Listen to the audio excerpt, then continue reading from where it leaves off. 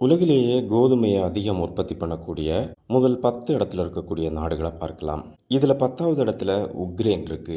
இவங்க 2,16,25,170 டன் கோதுமையை உற்பத்தி செய்யறாங்க.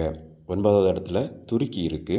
இவங்க 2,20,00,000 டன் கோதுமையை உற்பத்தி செய்யறாங்க.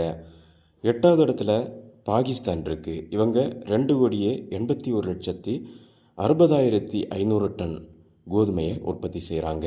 7வது இடத்துல கனடா இருக்கு. இவங்க 3,19,54,115 டன் கோதுமையை உற்பத்தி செய்கிறாங்க.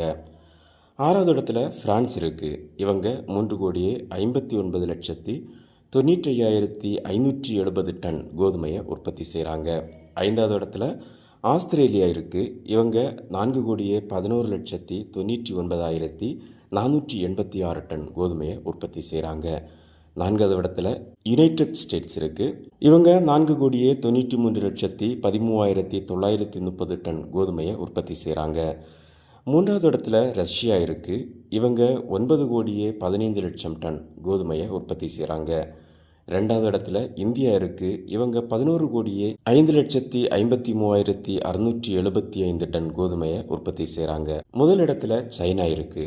சைனா 13,65,90,100 டன் கோதுமையை உற்பத்தி செய்கிறாங்க.